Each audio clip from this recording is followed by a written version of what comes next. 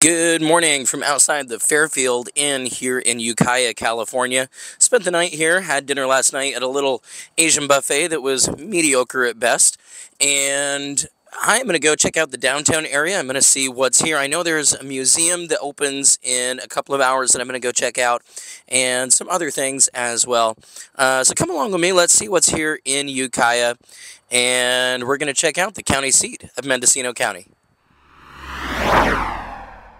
The name Ukiah, which means deep valley, is an anglicized version of the name for the local band of natives that inhabited this area for thousands of years. By the 1860s, it began to be settled by white settlers, with eventually enough people to set up their own U.S. post office here in 1858, with somewhere around 100 residents at that time, a population which was also big enough to have Ukiah serve as the county seat. In the early days of Ukiah, it was a difficult destination to get to. The nearest rail line ended 80 miles away in Petaluma, and it was a 2-day horse ride from there into Ukiah.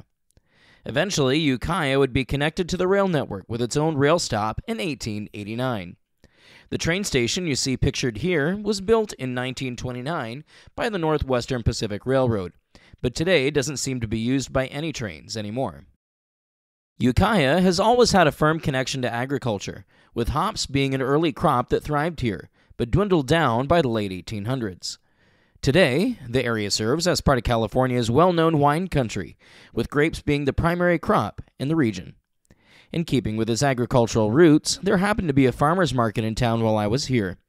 I even bought a homemade loaf of blueberry sourdough bread to bring home to my wife.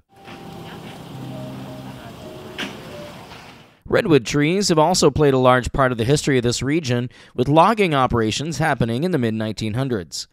Today, there are preservation efforts to protect these redwood forests that were hurt by overlogging.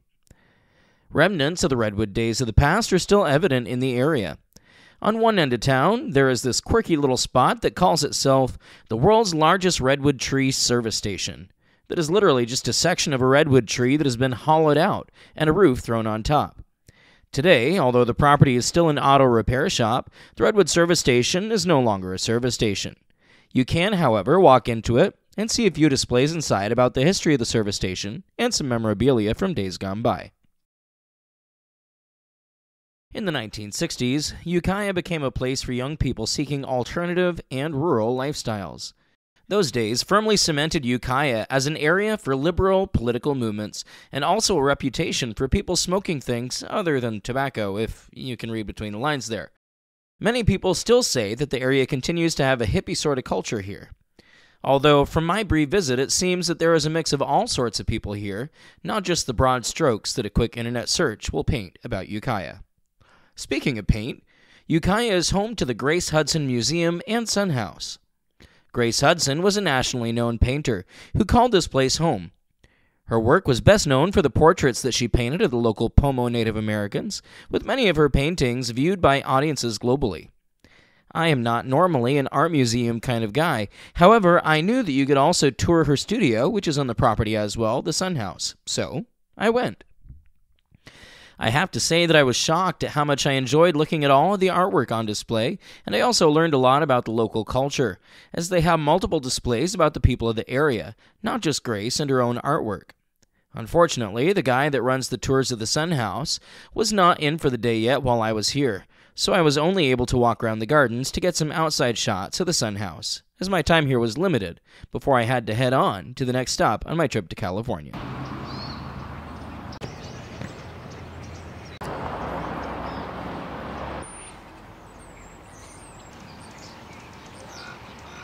Reviews of Ukiah online are not the greatest, and honestly, I don't really understand why.